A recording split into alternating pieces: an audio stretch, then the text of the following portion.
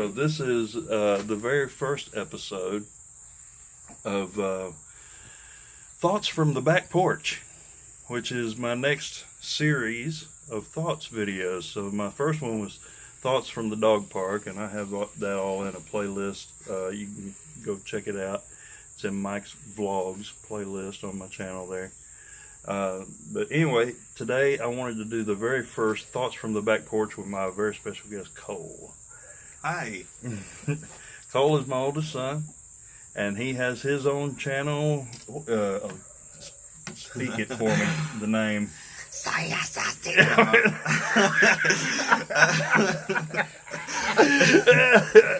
Okay. Eclectic Coyote. Eclectic Coyote. Yeah. So we'll put a link to it up there, and see you later, buddy. See you. That's my other boy, who wants to remain anonymous. So, well, you do stand out. Let's take a look at what you're wearing here today. I'm wearing my church clothes. Literally. He's not lying about that. Yeah. All right. So, describe what all you have on there. This choker I got at Hot Topic when it was still cool. This is a pendant of a little skull, and it has ashes of my grandma in it, and I use that in my practice. Sweet. I'm glad you got that. Yeah. I use that in my practice, my spiritual practice, and I talk to her a lot in my spiritual practice, and she's cool, and I love her. No.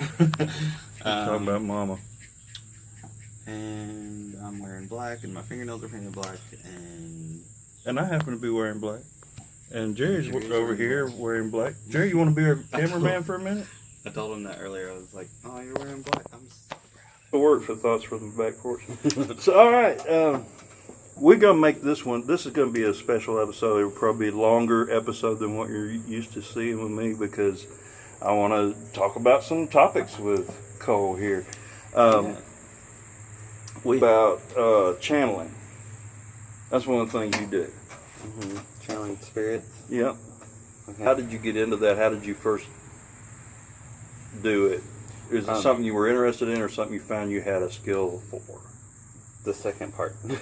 You discovered this.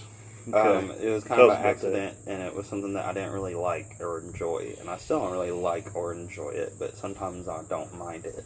Like, someone will ask me, "Can you channel such and such spirit?" And I'll be like, "Okay, I'll try." Mm-hmm. And that's what I always tell people, is that I'm just trying, and that I don't know if this is all made up in my head, or if I'm going to reach the person if it is real, or, like, I give them the whole disclaimer. But then whenever I found out that I was channeling people, the way it happened was I was in 8th grade. I wasn't in high school yet. And I started to feel like I was basically teleporting. Like, I would fall asleep and wake up and be like, it's 3 classes later. Because back then we had, like, alternating classes, like they were preparing us for high school. Yeah. We had alternating teachers. And, like, it's 3 classes later. How did I get here? I don't remember getting here. And then my other friends started noticing, like, that I would just sometimes, like, say weird shit and be asleep on my desk, or that I would just respond to their questions in weird ways. And this is something that really freaked me out. So I had a bunch of issues with, like, this little spirit following me around when I was younger. But this is something that really freaked me out.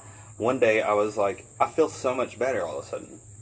And my friend was like, yeah, I did a prayer for you the other night. I prayed that whatever was bothering you, whatever spirit kept doing this to you, that it would go away. Uh-huh. And I was like, what the fuck? And I never had an incident again with that spirit. And that weirded me out. Huh. And that was one of the little tidbits that made me start believing in, like, paranormal stuff. Because even then, whenever I was doing that, I felt, they were like, yeah, it's almost like you were possessed or something, and I was like, that could just all be made up. Like, I don't know what anything is going on. Right. And I think I was still pretty into Christianity then as well, but I was kind of loosely... So the prayer was meaningful to you, too. Yeah. In that way, yeah. Yeah, that's pretty cool. I think prayer has a power beyond doctrine and belief structures, and I think it's part of how our spirit works. Yeah. You know, that if we send out the right kind of intention and vibration, and with love and with faith, I think what a lot of people would call faith. Yeah. I don't know if you'd call it faith or if I'd even call it faith, but you know, something like that with you know, I think it makes a difference, and I think it's just part of how we're made that it makes a difference. You know, I think it's an ability that we have as humans that we are still trying to master. that's a perfect way of putting it. Yeah. And I think a lot of us don't know how to do it. I don't know how to do it. You don't know how to do it. Like, none of us really know how to do it at its optimum level. But So I think you we said are there was slowly this little trying to spirit get that there. was following you around. Talk about that a little bit. It was like this little girl, and she was fine. Really, really creepy. Her hair was always down in front of her face. Literally like the freaking Ring movie, even though I had never seen that movie until, like, later in high school. You gotta spin your wheel thing. No, that's Wish. Oh, okay. That was notifying me. So she was creepy and always had her hair in front of her, and then sometimes her hair would, like, come up, and I would see that she had all these burns on her face from a fire. And she was really, like, ashamed of it, and would keep her hair in front of her face because she thought she looked deformed and weird. And I would always try to, like, tell her that, no, you're fine, like, you don't have to worry about that. Whenever I'd have dreams about her, that's what my response would be as a kid. I'd be like, no, it's okay. Because I would kind of talk to her in my dreams. Mm-hmm. But I always remember her being okay, but then there was this abusive, lingering, over-dominant type being that always followed her. And it was like this character that was like daddy. Yeah. Was what she called it. Like a fatherly type figure. And that was the weird spirit. And I felt the same similar vibe that I had with that spirit as the spirit that I had with the weird glowing green energy and the green mask and all that stuff that lived That in was the house here over in there. Buck Mountain, right? That Yeah. was in the closet in Buck Mountain. Yeah. Okay. I had a similar vibe. So we, just to give you a little bit of background on Cole and me and us, I was a pastor for 16 years, and pretty much Cole doesn't remember before I was a pastor much. Really, am I right? Right. I mean, that's your first memories of me. As far as my memories go, I remember you not being a full pastor, and I remember you still training. Yeah, But and you were at this church over here, Mhm. and you'd preach there sometimes, is what you told me. yeah, But that you weren't their preacher. right. But that's as far back as I can remember. Yeah, so that was right at the beginning of it, you know. And How old was that then? probably, let's see, you would have been probably 4, somewhere in that neighborhood, 3.5, 4, you know. So then, for 16 years, then we were pretty heavy in the Christian church, and you know, we believed Christian doctrine and taught our children Christian doctrine. I think we were very liberal in our beliefs. We always have been very liberal. I feel the same way. And that we've always been very open to other beliefs also. Like I've always, even back as early as I can remember, have believed in reincarnation my whole life. So did Grandma. Yeah, and Your that's why because my mom had talked to me about it from the time I was just a child, you know, and so it was kind of a natural thing for me to believe in, and it still makes sense to me. The way Grandma worded it was, she's like, and in the Bible it says God will give you a new heaven and a new earth. How do you know that that's not what that means? Right. And I was like, Right. That's a cool way to look at it. Well, and so we could do a whole series of videos on Spiritual stuff. this stuff, you know. But to move forward in our timeline, for 16 years, you know, it was that way. During which the whole time, his mother and I were divorced. And I lived with my mom. Yeah, and It was strangely more religious than you. And a lot more evangelical and stuff. Yeah, got more fundamentalist. Yeah. But she wasn't like that when I knew her.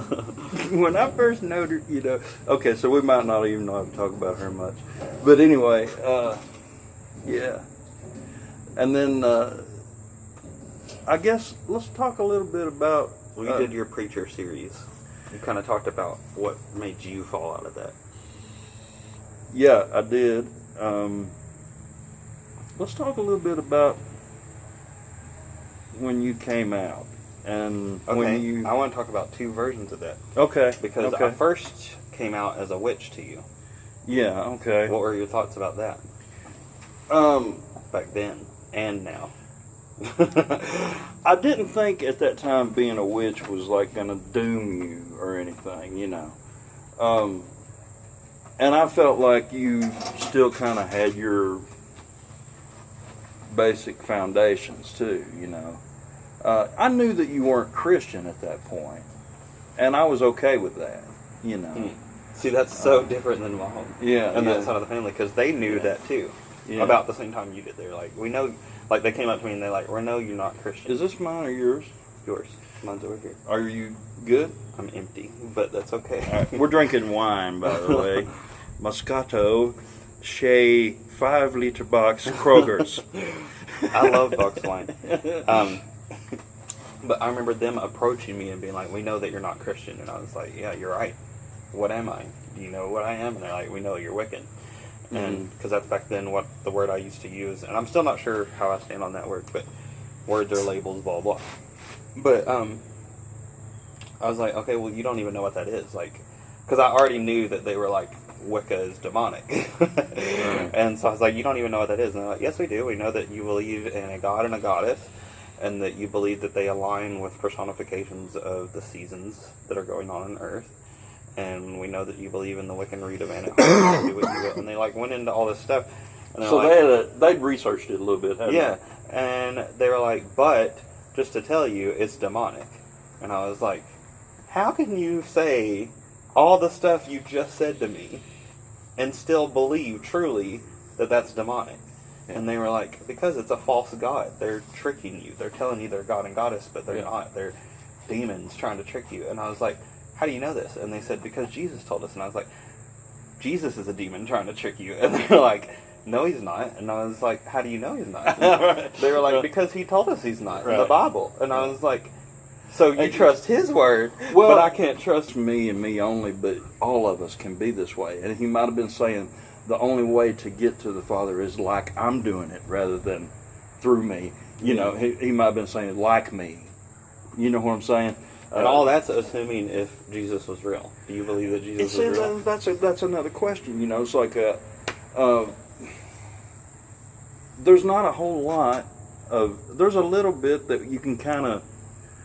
Maybe that could be some proof that Jesus really existed in the flesh. Yeah. There's a few little archaeological things, but they're kind of iffy, So whether he was actually a real person or not, I don't know. See, that's another issue that I have with Christianity. But I feel like Buddha has more evidence than Jesus does. I would agree with that. Yeah, Buddha actually is 600 years or so before Christ. Real name, like Siddhartha Gautama, I think. Yeah, something like that. And I feel like there's been more adamant evidence for that than Jesus. Yeah. I would agree, but part of a large part of Buddha's story was probably fictitious. Oh yeah, but we at least know that there was a person named that was connected to this image and concept. Right. I guess for me, the biggest thing like that separates me from your modern day Christian kind of people is like I finally came to the thought and the place in my life where I saw the Bible as a book that had been put together by people for a purpose of spreading a belief system. Yeah. And yes, there's some beautiful passages in the Bible. Yes, I love the Bible in a lot of ways, but there are also some very negative things in there, some very worldly things, some very unloving kind of things in there, that I don't, and I think there's contradictions in it too. people say, oh, that's one of the miracles of the Bible is it was written by so many different people over so many different years, and there's no contradictions or anywhere. Yes, there are. There are. You know, the only way to avoid contradictions in the Bible is to talk your way around them. Yeah. That's all you can talk your way. But it's also like all at the same level of like poetry. Like it's all up to interpretation in a lot of places. But I guess I kind of felt like people get to worship in the Bible. Yeah. Yeah, I remember you telling me something like this. Yeah. Instead of God, they're worshiping the Bible, and they're taking that Bible so literally, when really the Word of God is from within. The Word of God should be something that we experience, not something that we read in some pages. God cannot be contained in the pages of a book. Yeah. You know, that's the way I see it. That was kind of the first thing that made me interested in like Wicca and witchcraft was that they didn't have a holy book. Yeah. And I was like, what do you mean? I remember thinking that. I was like, you got to have that. Yeah, like, right. That's what religion is, right? And they're right. like, no. And that was my first experience with a religion that didn't have a holy book. Yeah. Well, this is obviously going to end up being more than one video for me because we've already got 25 minutes recorded. I know I'm going to cut a lot of it out, but my goodness, that's going to make some good stuff, you know. Yeah. I mean, I've done hour-long videos of talking with people. Yeah. Let's pause here and let's refill our wine.